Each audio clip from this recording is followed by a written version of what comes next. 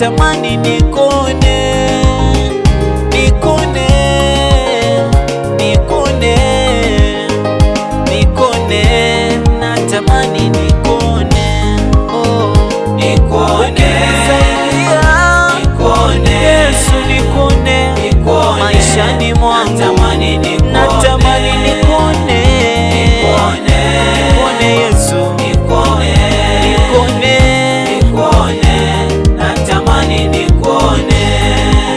Saa zingine natamani mbali nipotee, nishi peke yangu, wenzangu wasinione, matatizo ndo bala, amani sina, kila siku na lalama, wa kunifariji ni nani tena? Mimi bingwa wa dansi, kanisani nacheza sana, sadaka natoa, ila bado niko gizani. Naambiwa niwe kama Ayubu, nivumilie mabaya, ila sijakona mimi, natamani nikone, nikone, nikone Yesu, maishani mwangu, natamani nikone, nikone Yesu, nikone mimi, nikone, natamani nikone.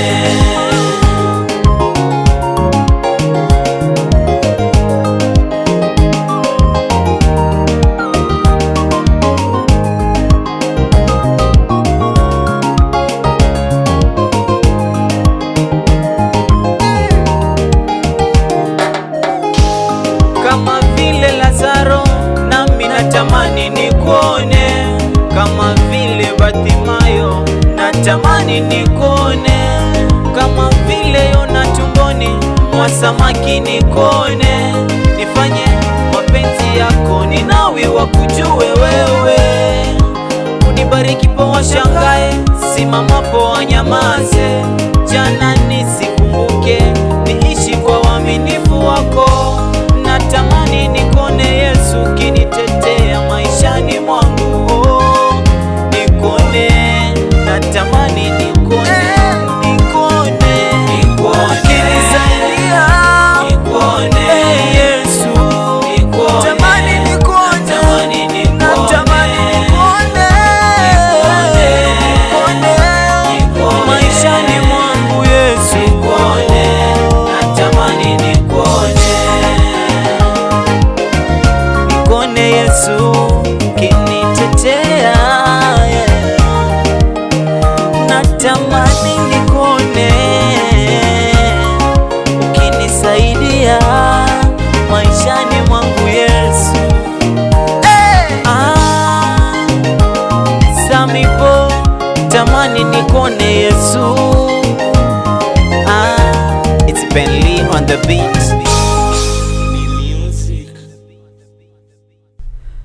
Kwa jina la Baba na la Mwana na Roho Mtakatifu, amina. Baba yetu uliye mbinguni, jina lako litukuzwe, ufalme wako ufike, utakalo lifanyike duniani kama mbinguni. Utupe leo mkate wetu wa kila siku, tusamehe makosa yetu kama tunavyowasamehe na sisi waliotukosea. Usitutie katika kishawishi, lakini utuopoe maovuni. Amina. Mungu wetu na Baba yetu, tunakushukuru kwa ajili ya wema na baraka na fadhili zako nyingi ambazo unaendelea kutukirimia. Na hasa siku ya leo ambao umetupa nafasi nyingine kuja kutafakari neno lako, kukaa chini ya miguu yako, kupokea chakula cha mbinguni. Neno lako ambalo unasema likitoka kinywani mwako halirudi bila kutimiza kusudio lake. Basi Baba wa mbinguni, tunaomba neno hili likatujenge, likatufundishe, likatuelekeze katika njia inayofaa. Yote ni kwa ajili ya sifa na utukufu wa jina lako. Na katika jina safi, jina la Bwana wetu Yesu Kristo, kwa Baba tumeomba na kuamini. Kwa jina la Baba na la Mwana na Roho Mtakatifu. Amina. Karibu tena ndugu mpendwa msikilizaji katika kipindi chetu hiki cha Mkristo Jitambue. Ni katika 93.0 Radio Tumaini Mwanga Wetu. Tunaendelea na kutazama neno la Mwenyezi Mungu kwa njia ya kipekee, kuendelea kujipiga msasa mimi na wewe kama Wakristo, ili tuweze kujifahamu hakika tumeitiwa maisha ya kuishi vipi, ama tunatarajiwa tuwe na tabia zipi ndani mwetu zitakazoendelea kudhihirisha wazi kwamba tunajifahamu sisi ni akina nani.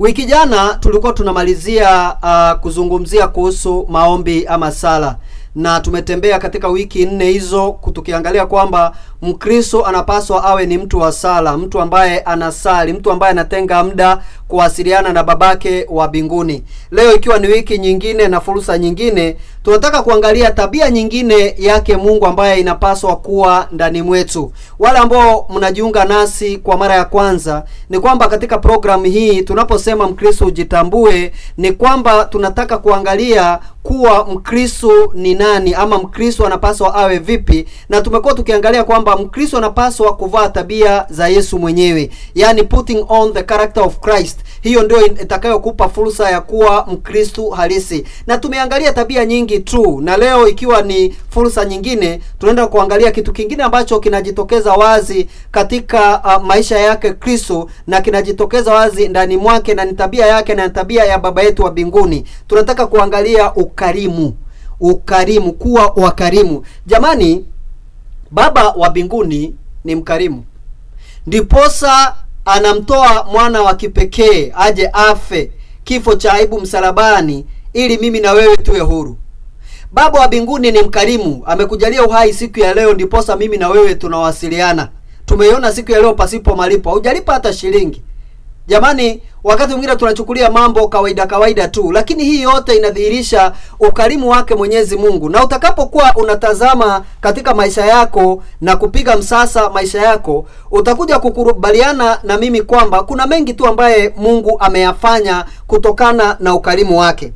Biblia inasema katika Yohana wa kwanza 8, 1 John 4:8, huwa inasema kwamba asiyependa hamjui Mungu. Naomba tuanzie pale ili tuje kuelewa ukarimu unaanzia wapi na kwa nini tuwe wakarimu. Yohana 4, barua ya Yohana 4:8 inasema asiyependa hamjui Mungu. Sasa ukirudi kwenye barua ya Paulo kwa Wakorintho, barua ile ya kwanza, Wakorintho wa kwanza sura ya 13 na kuendelea, mstari wa kwanza kuendelea, inasema hivi. Najua tulishasoma siku zilizopita, lakini wacha tusome leo itupe msingi wa somo letu. Wakorintho wa kwanza sura ya 13 mstari wa kwanza kuendelea. Tuanzie pale mstari wa 4. Inasema, mwenye upendo huvumilia, hufadhili. Mwenye upendo hana wivu, hajidai wala hajivuni. Natamani mstari huu wa 4 pekee, mwenye upendo huvumilia, hufadhili. Hilo kufadhili ndilo linabeba siku ya leo somo letu, kwamba tunaposema tuwe wakarimu, kumbe wakati Yohana anatuambia asiyependa hamjui Mungu, kupenda sio kwa maneno tu, ni kwenye vitendo. Na vitendo navyo tunakuja kukutana na Paulo anayetukumbusha kwamba upendo, ukiwa na upendo kuna vitu vinapaswa viwe ndani mwako. Mmoja yake ni ukarimu. Kufadhili ni ukarimu. Huwezi kuwa mtu anayefadhili pasipokuwa mtu mkarimu. Hivyo tunaitiwa kwamba tunapokuwa wakarimu, kumbe ni ishara ya upendo. Mtu aliye na upendo ni mtu ambaye kuwa mkarimu ni rahisi sana, ama ukarimu unajitokeza moja kwa moja ndani ya mtu ambaye amejaa upendo, mtu ambaye anapenda watu. Kutokana na ule upendo unazalisha ukarimu.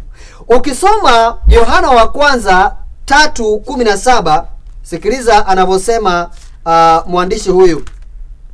Yohana, barua hiyo ya kwanza ya Yohana 3:17 inasema hivi: basi mtu akiwa na mali za hapa duniani, alafu akamuona ndugu yake ana shida, lakini akawa na moyo mgumu bila kumuonea huruma, anawezaje kusema kwamba anampenda Mungu? Naomba nirudie maneno haya. Yohana wa kwanza sura ya 3 mstari wa 17, Biblia inasema, basi mtu akiwa na mali za hapa duniani, alafu akamuona ndugu yake ana shida, lakini akawa na moyo mgumu bila kumuonea huruma, anawezaje kusema kwamba anampenda Mungu? Neno la Mungu. Jamani, ni mstari mmoja ambao unatupa changamoto. Ni wengi sana ambao tunaweza jivunia ama tukasema kwamba tunampenda Mwenyezi Mungu, lakini kumbe katika kumpenda Mungu kuna mengi sana ya kuangalia na ambayo yanapaswa kuwa ndani mwetu kudhihirisha wazi kwamba mimi na wewe tunampenda Mungu. Hapa Yohana anatuuliza swali linalotupa changamoto. Utawezaje kusema unampenda Mungu wakati wewe ni mtu mchoyo, wakati wewe hauwasaidii wanaohitaji, wakati wewe haunyoshi mkono kwa wanaohitaji msaada wako? Utawezaje kusema kwamba unampenda Mungu? Na ndiposa Biblia huwa inasisitiza na kusema huwezi ukampenda Mungu usiyemuona, na huku unamchukia ndugu yako ambaye unamuona uso kwa uso. Tuna watu ambao wanatuzunguka, watu ambao wana mahitaji mbalimbali, na utakuta Mungu anaelekeza wengine kwako. Sio a coincidence. Mungu anapoleta mtu kwako anajua kabisa amekupa nafasi ya kuweza kuwa msaada kwa huyu mtu. Tunaendelea kuweka msingi ni kwa nini tuwe watu ambao ni wakarimu. Tukienda kwenye Matendo ya Mitume sura ya 20. Matendo ya Mitume sura ya 20 mstari wa 35. Biblia inasema hivi, ndugu mpendwa msikilizaji. Acts of Apostles chapter 20 verse 35. Matendo ya Mitume 20:35 inasema hivi: nimekuwa nikiwapeni daima mfano kwamba kwa kufanya kazi midhiri hiyo tunapaswa kuwasaidia walio dhaifu, tukikumbuka maneno ya Bwana Yesu mwenyewe, heri zaidi kutoa kuliko kupokea. Ndugu msikilizaji, heri zaidi kutoa kuliko kupokea. Yaani ni neno lingine ambalo linatupa changamoto mimi na wewe. Unaposikia heri ni kubarikiwa. Kwa maana nyingine tunaweza sema, Biblia inasema hivi, amebarikiwa ama atabarikiwa anayetoa kuliko kupokea. Kumbe tunaponyosha mkono wetu kuwasaidia jamaa, tunaponyosha mkono wetu kuwainua walio chini, tunaponyosha mkono wetu kuwapa chakula walio na njaa, heri ni sisi, kubarikiwa ni sisi. Ina maana kwamba ukarimu ni funguo ya baraka katika maisha yetu. Unapokuwa mkarimu, mbingu inafunguka kwa sababu yako. Unapokuwa bahili, mbingu inafunga, haupokei baraka. Na ndio utakuta kwenye Methali, kuna mahali Methali anasema kwamba anayekuwa mkarimu anazidi kubarikiwa na bahili anazidi kudidimia. Wakati mwingine tunatazama watu Mungu amewainua kwa njia za kipekee, watu wanaendelea kubarikiwa, wewe unakimbilia kusema hawa wanaabudu shetani, hawa wametoa watoto wao sadaka, hawa wanafanya vitu hivi na vile, ili wanatumia hata na nguvu za giza. Ndiyo, kuna wengine wanafanya mambo yale, lakini ukweli ni kwamba kuna watu hawajatoa watoto wao sadaka, kuna watu hawajatumia majini, kuna watu hawajatumia nguvu za giza, kuna watu wanapokea baraka za Mwenyezi Mungu kutokana na ukarimu wao. Wewe siku zote umekunja mkono ni bilika, umekunja mkono uwezi nyosha kusaidia wengine. Na tukiangalia somo hili, nataka uelewe, tunapozungumzia ukarimu hautokani na utajiri. Ndio wanasema kutoa ni moyo, sio utajiri. Hatuzungumzii hapa kwamba wale walio na nafasi ya kuwa wakarimu ni wale ambao mifuko imejaa, ni wale ambao benki zao akaunti zimefurika pesa. Hapana. Kutoa ni moyo, sio utajiri. Inawezekana hauna hata shilingi kwa mfuko, lakini kuna mambo unaweza fanyia watu na yakadhihirisha ukarimu ulio ndani mwako. Hivyo hapa tunaangalia katika Matendo ya Mitume 20:35, Mungu anatukumbusha kwamba ni heri sana yule mtu ambaye anatoa kuliko kupokea. Unaponyosha mkono wako kwa sababu ya wengine, unapokuwa mkarimu kwa sababu ya wengine, kumbe ni funguo ya kufungua baraka unazohitaji katika maisha yako. Nataka nikwambie na mapema, ndugu mpendwa wa msikilizaji, sio kila kitu unaweza nunua na pesa.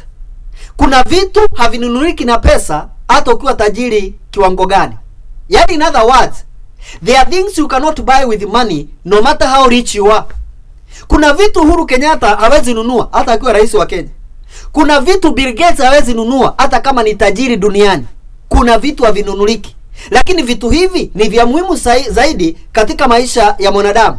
Kwa mfano, uwezi ukanunua afya hata ukiwa wewe ni milionea. Ndio unakuta ukienda kwenye mahospitali, maskini na matajiri wanapanga foleni ya kuona madaktari kutafuta matibabu. Pesa haziwezi zikakupa afya njema. Uwezi ukanunua amani. Kuna watu ambao wana pesa. Pesa sio shida, yani pesa wanasema kama njugu, lakini huyu mtu hata usingizi hana. Amani hainunuliki. Sasa vitu hivi ambavyo havinunuliwi na pesa, tutavipataje? Tutavipata wakati tunakuwa wakarimu kwa yale ambayo tumepewa, the material things. Na ndio manake hapa mitume katika Matendo ya Mitume 20:35 imesema heri sana anayetoa kuliko kupokea. Heri hii imebeba baraka. utakaponyosha mkono wako kuwa mkarimu kwa wengine, ukarimu huo unafungua mbingu, unapokea yale ambayo wewe unayahitaji. Kwa mfano, unaweza kuwa wewe ni mgonjwa lakini pesa unazo. Sasa sisemi kwamba tutamhonga Mungu. Tukitembea na wewe kwenye hili somo tutafundishana vizuri, uelewe kwamba hatusemi ukarimu ni njia ya kumhonga Mungu ili atubariki, hapana. Tutaelezana huko mbele. Lakini kwambie na mapema, kwa mfano unapokuwa mgonjwa na Mungu amekubariki katika material things, unapochukua zile hela zako na vitu ambavyo Mungu amekubariki kwa njia moja ama nyingine, ukawa mkarimu hata kusimama na kazi ya Mwenyezi Mungu, kwa matendo hayo yako ya ukarimu yanaweza yakaguza moyo wa Baba akafungua mbingu, akanyosha mkono wa uponyaji juu yako. Sio kwamba umemhonga, lakini kwa sababu ya matendo yako ya ukarimu yanasababisha baraka za Mwenyezi Mungu, ama kitu hicho ambacho wewe unakiombea na uwezi kununua kwa hela, Mungu anafungua mbingu kwa sababu yako. Ndugu zangu, tujipige msasa mimi na wewe, tujiulize swali moja: wewe ni mtu mkarimu ama wewe ni mtu bahili? Licha ya kwamba uko ndani ya kanisa. Utashangaa watu wako ndani ya kanisa lakini uchoyo umekita mizizi. Mtu hawezi akanyosha mkono wake kusaidia mwingine, hata mko kwenye jumuiya moja. Ukienda kwenye Matendo ya Mitume sura ile ya 2 mstari wa 43 kuendelea, kumbukeni ilifanyika kwa mitume baada ya kupokea Roho Mtakatifu. Hawa watu waliishi kwa pamoja. Biblia inasema walisaidiana, waligawiana, hakuna mtu aliyepungukiwa na kitu. Na kwa sababu hiyo Mungu aliendelea kuongeza hata kundi lao. Sisi leo, kanisa la leo, utashangaa tuko ndani ya kanisa lakini uchoyo umejaa. Hata mtu anapopatikana na jambo linalohitaji msaada wetu, wengine hatusimami na wenzetu. Samahani. Utapata kwamba watu wa ulimwenguni ama hata wapagani, usishangae kuona wao wanakuwa wakarimu kwa wenzao kuliko sisi ambao tuko ndani ya kanisa. But at the end of the day, we claim that we are Christians. It is high time we change. Ni nafasi Mungu anatupa kupitia neno lake tuweze kuchangamka na tuweze kubadilika tuwe watu ambao ni wakarimu katika matendo yetu. Yeremia 29 mstari wa 11 hadi 13 ni neno ambalo nalipenda sana. Wacha nikusomee tena hata kama tumelisoma katika masomo yaliyotangulia. Yeremia 29 mstari wa 11 hadi 13, Biblia inasema hivi: maana mimi Mwenyezi Mungu ninajua mambo niliyowapangia. Nimewapangieni mema na si mabaya, ili mpate kuwa na tumaini la baadaye. Hapo ndipo mtakaponiita na kuniomba, nami nitawasikiliza. Mtanitafuta na kunipata, mtakaponitafuta kwa moyo wote. Mungu wetu anatuwazia mema. Na huyu Mungu anayetuwazia mema, ukisoma Yeremia 32:27 inasema ni Mungu anayeweza yote. Lakini ili haya mema na mipango yake ikamilike, kuna vitu vya kufanya. Na mojawapo ya vitu ambavyo Mungu anaangalia ndani mwetu ni haya ambayo tunazungumzia. Yale ambayo tumezungumzia awali kwa vipindi ambavyo vimetangulia, na hili ambalo tunazungumzia siku ya leo. Unapokuwa ni mtu mkarimu, ukarimu wako unafungua mbingu, unapokea baraka za Mwenyezi Mungu. Ukisoma Petro wa kwanza sura ya 3 mstari wa 17, huwa inasema afadhali kuteseka kama Mungu akipenda kwa kutenda mema kuliko kuteseka kwa kutenda maovu. Na tulizungumzia jambo hili tulipokuwa tunafundishana kuhusu dhambi, kwamba kuna machozi mengine tuko nayo kwenye maisha ambayo tumefungulia mlango sisi wenyewe. Kwa mfano nikwambie na mapema, unapokuwa wewe ni mtu mchoyo, Biblia imesema kwenye Methali, mtu mchoyo ama bahili anazidi kudidimia. Sasa unapokuwa wewe ni mtu mchoyo, unafungia baraka ambazo Mungu anatazamia ama angependa kuweza kukubariki. Lakini unapokuwa bahili, unafungia zile baraka. Mwisho ukifungia zile baraka, kwa kutokujua wewe mwenyewe ndio umesababisha kwamba haupokei baraka unazoombea, utaingia hata kwenye manunguniko na kuona kama ambaye Mungu amekuacha ama Mungu hajibu sala zako. Lakini kumbe ungekuwa wewe ni mtu mkarimu, kwa njia moja ama nyingine, ukarimu wako ungefungulia baraka ambazo unaombea katika maisha yako. Na ndio manake ukienda kwenye Yohana 14:23 na 24, naomba nikusomee haya maneno ya mwinjilisti huyu. Injili ya Yohana sura ni ya 14 mstari wa 23 hadi 24. Biblia inasema hivi. Yohana 14 mstari wa 23 hadi 24 inasema, Yesu akamjibu, mtu akinipenda atashika neno langu, na Baba yangu atampenda, nasi tutakuja kwake na kukaa naye. Asiyenipenda hashiki maneno yangu, na neno mlilosikia si langu, bali ni lake Baba aliyenituma. Mtu akimpenda Mwenyezi Mungu, mtu akimpenda Bwana wetu Yesu Kristo, atashika neno lake. Haya ambayo tunazungumzia siku ya leo ni neno la Mungu. Nataka nikuambie na mapema, kwa nini nimetamani tusome Yohana 14 23-24. Watu wengi hatujafahamu kwamba kuwa wakarimu, kumtolea Mungu na kusaidia jamaa zetu na watu ambao wametuzunguka ni amri ya Mungu mwenyewe. Ni amri ya Mungu mwenyewe. Nataka tuangalie somo hili katika hatua mbili. Nataka tuangalie ukarimu ndani ya kanisa, hata baadaye tutaangalia ukarimu kwa wenzetu. Ni amri ya Mungu tusiende mbele zake mikono mitupu. Wakati mwingi tunapofundishana somo hili, na nashukuru Mungu alinibariki na kanda. Wengi ambao pengine mnanifahamu mmekutana na kanda hii, ndio kanda yangu ya kwanza ya mafundisho, inaitwa kwa nini tumtolee Mungu. Ni DVD inayokufundisha jinsi ya kumtolea Mwenyezi Mungu. Na wakati nilikuwa natoa ile kanda, ama Mungu aliponibariki na yale mafundisho kaweka kwenye kanda, swala hili liliniguza sana katika sura 35, kwamba watu wengi ndani ya kanisa wanatengeza uadui na mapadri, wanatengeza uadui na viongozi wa kanisa, kwa sababu tunafikiria swala la kumtolea Mungu pengine ni amri ya askofu, ni amri ya padri, ni amri ya wale viongozi wa kanisa. Hapana. Kumtolea Mungu ni amri ya Mungu mwenyewe, sio amri ya mwanadamu. Mungu mwenyewe ndiye ametoa amri. Hebu tusome katika Yoshua bin Sira, Sira 35 mstari wa 6 hadi 12. Sasa kama una Biblia miniskirt hautapata andiko hilo. Walio Wakatoliki wanaelewa kwamba kuna Biblia iliyo na vitabu 7 zaidi, na sio kwamba Biblia hii iliandikwa na Wakatoliki. Soma historia vizuri. Wakati kanisa linagawanyika, Biblia ilikuwa, ukinunua zile Biblia za mwanzo kabisa, maandiko haya yako na masomo haya yako na vitabu hivi viko. Lakini utakuta kuna Biblia za kisasa zingine hazina, na wengine pengine wanafikiri kanisa Katoliki lilitengeza Biblia yao. Hapana. Yako tangu mwanzo. Wakati kanisa linagawanyikana, aliyesababisha katoa vitabu 7, akasema walioandika zile vitabu hawajavuviwa na Roho Mtakatifu. Lakini Biblia za mwanzo kabisa utakuta vitabu hivi 7 ambavyo leo kuna Biblia ambazo hazina. Mojawapo ya zile vitabu ni kitabu cha Yoshua bin Sira. Yoshua bin Sira sura ya 35, ukisoma mstari wa 6 kuendelea, inasema hivi, ndugu mpendwa msikilizaji: usiende mbele ya Bwana mikono mitupu, maana vitu hivi vyote vinatakiwa na amri. Sadaka ya mtu mwadilifu huipaka madhabahu mafuta, na harufu yake nzuri hupanda mbele ya Mungu mkuu. Sadaka ya mwadilifu hukubaliwa, nayo haitasahaulika milele. Mtukuze Bwana kwa ukarimu, wala usiwe mchoyo juu ya mazao yako ya kwanza.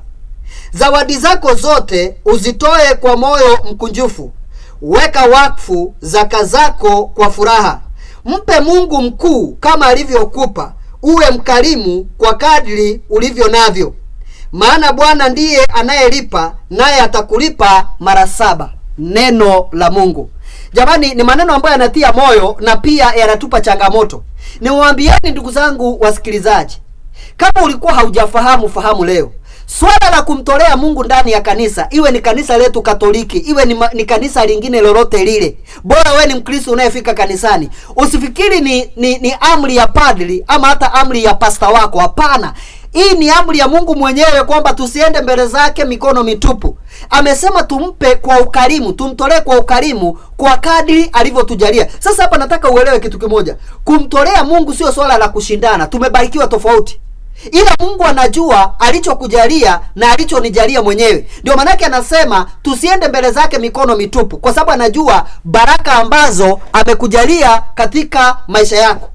Nataka niunganishe hili na Injili ya Yohana 3:27, pengine utaelewa ninachojaribu kukueleza siku ya leo.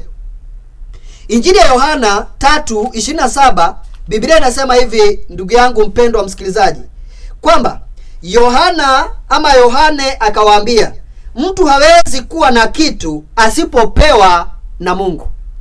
Mtu hawezi kuwa na kitu asipopewa na Mwenyezi Mungu. Jamani, iko wazi, black and white, and that is the truth. vitu vyote ulivyo navyo, ndugu yangu unayenisikiliza, sio kwa bidii yako. Ni Mungu amesababisha ukawa nazo.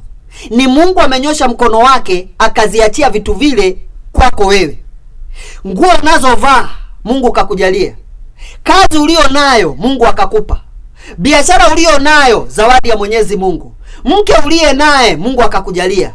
Mume uliye naye ni zawadi ya Mwenyezi Mungu. Watoto ulio nao ni zawadi ya Mwenyezi Mungu. Kila kitu ulicho nacho. Hivi nataka nikuambie, hata shindano ya kushonea nguo, nafikiri shindano saa hii dukani ni shilingi 5. Nataka nikuambie wewe kama mwanadamu na mimi kama mwanadamu, hata hiyo shindano ambaye ni ya pesa ndogo sana huwezi kujipa kama wewe. Kila kitu tulicho nacho kimetoka kwa Mwenyezi Mungu. Sasa shida ni hii. Wakati Mungu amekuwa mkarimu kwetu, mimi na wewe tumekosa kutambua ukarimu wake, tumebadilika na kuwa wachoyo kwa huyo Mungu aliyetupa. Ndugu yangu, ukichukua mtoto mchanga, mtoto ambaye anatambaa, ama mtoto wa mwaka 1, 2, 3 hapo, ukimpa huyu mtoto kitu chochote cha kula, iwe ni biskuiti, chapati ama chochote kile ambacho anaweza kula moja kwa moja. Umewahi kuona ukipatia mtoto kama ni hiyo biskuiti, ama alafu baadaye ukamwambia mama nipe ama baba nipe, yule mtoto ufanyaje?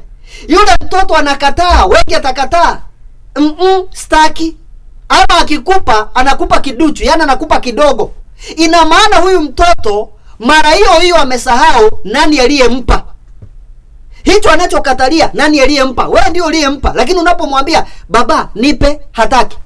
Jamani, the sad story ni kwamba mimi na wewe tulio ndani ya kanisa, wengi wetu tumebadilika na tunakuwa na tabia kama yule mtoto mdogo. Tumesahau kabisa vitu vyote ulivyo navyo Mungu amekupa bure. Hakuna kitu umefanya cha maana sana ama kikubwa kikasababisha Mungu akupe yale ambayo amekupa. Amekupa bure. Na kilicho cha muhimu zaidi na baraka ya kwanza ambayo Mungu amekujalia ni uhai ulio ndani mwako. Ndio manake Daudi akasema, kila kiumbe kilicho hai na kimtukuze Mwenyezi Mungu. Unapokuwa una uzima ndani mwako, kumbuka pumzi iliyo ndani mwako Mungu amekujalia bure. Sasa wakati Mungu anasema ndani ya nyumba yake tuweze kumtolea kidogo, hata hataki yote, kidogo cha kile ambacho ametujalia, wengi wetu tunakuwa wachoyo, hatumpi ndani ya kanisa. Ukisoma Waebrania 11:6 Biblia inasema hivi.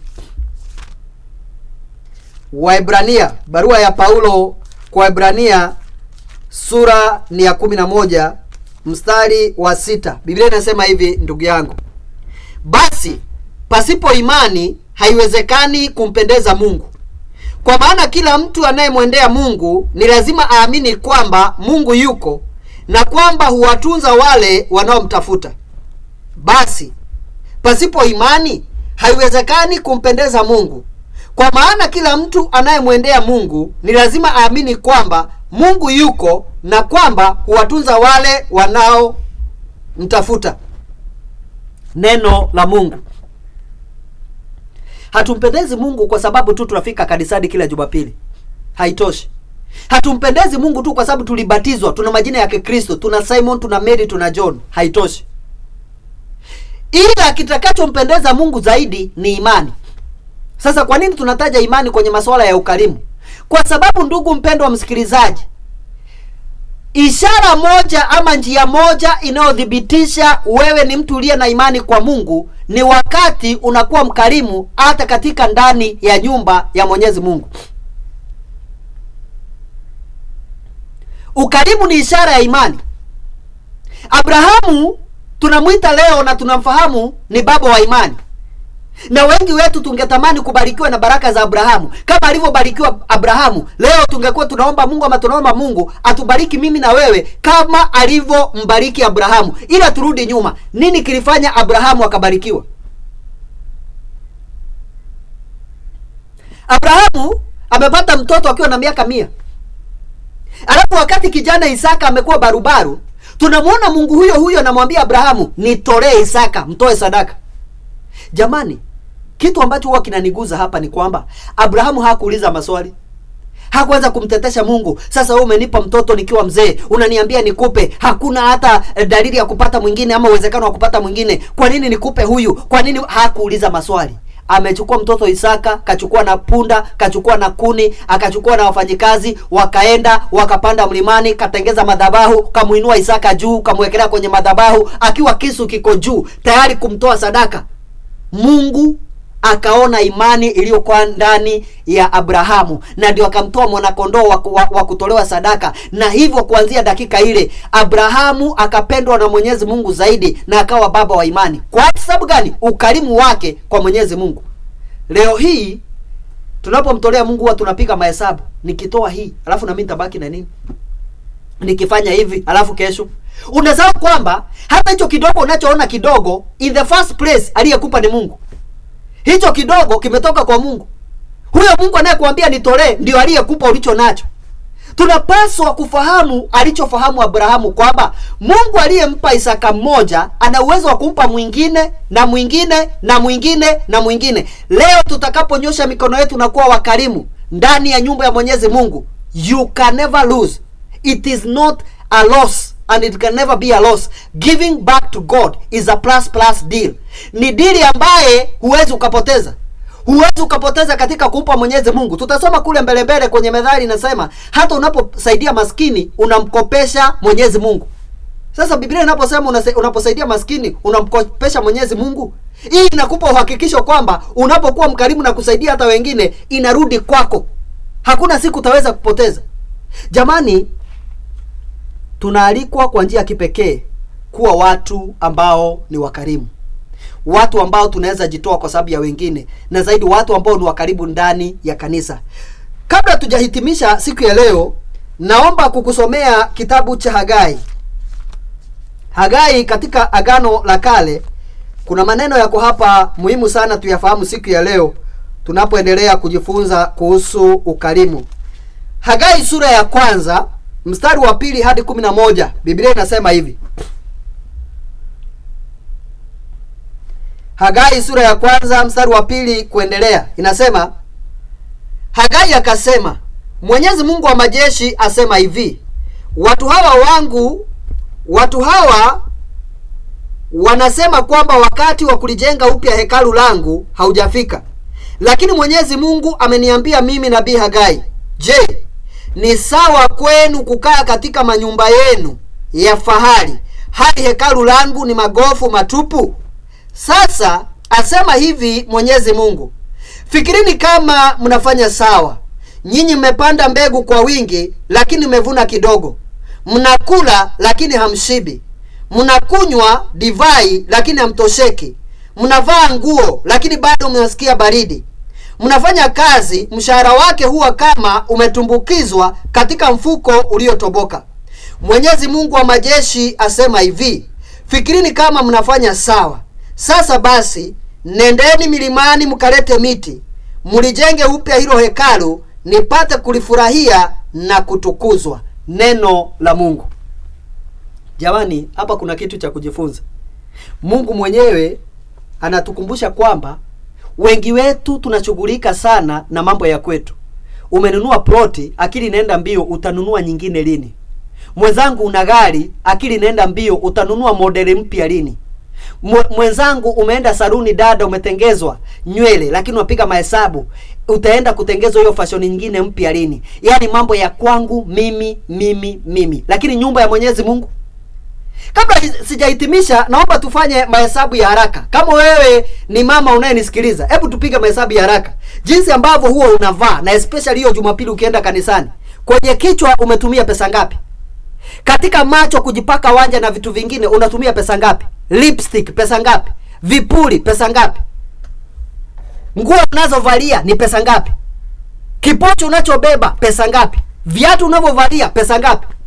Wanaambia watu, unaweza kuta mama wa parokia fulani ama maeneo fulani, Jumapili anapotembea akielekea kanisani, kutoka juu paka chini 1500 hazina shida, lakini akifika kanisani shilingi 20 sadaka.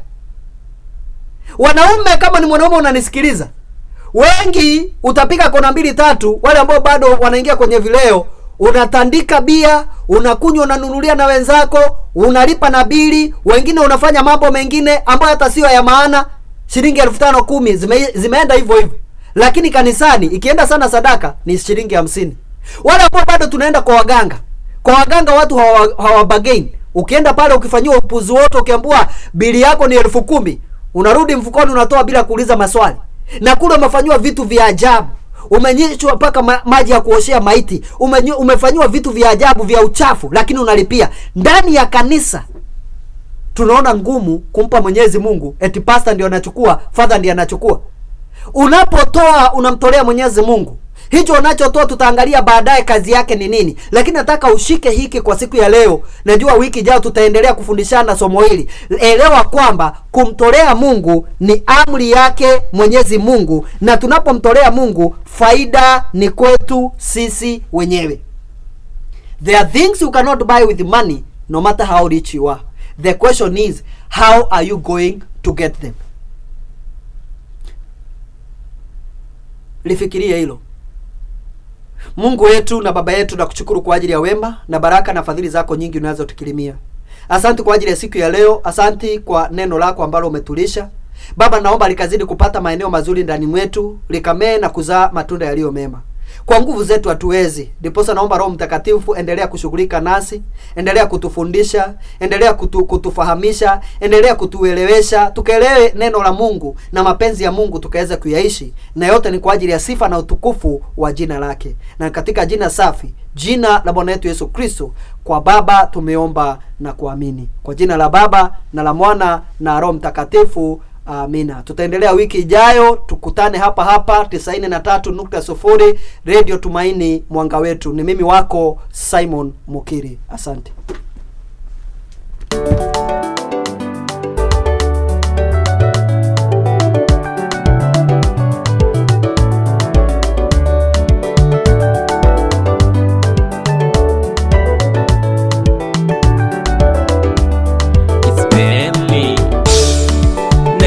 Macho yangu nitazame milimani, msaada wangu watoka kwako. Ninainua macho yangu nitazame milimani, msaada wangu watoka kwako. Nainua macho yangu nitazame milimani, msaada wangu unatoka kwako. Nainua macho yangu nitazame milimani, msaada wangu unatoka kwako. Nimetafuta msaada kila kona misijapata, kwa binadamu wote wananiangusha, lakini mimi najua kwako kuna msaada. Ninainua macho yangu milimani, msaada wangu uko hapo. Nainua macho yangu nainua macho yangu nitazame milimani, msaada wangu unatoka kwako. Nainua macho yangu nitazame milimani, msaada wangu unatoka kwako. Nainua macho yangu nitazame milimani, msaada wangu unatoka kwako.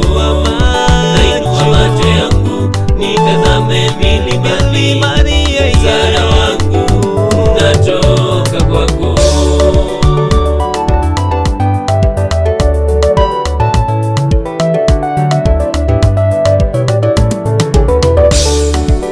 Tumaini langu, msaada wangu, wewe unilaza katika majani mabichi, wanipigania vita, na kutegemea Baba, japo mengi yanafanyika nyuma yangu, mengi yanatendeka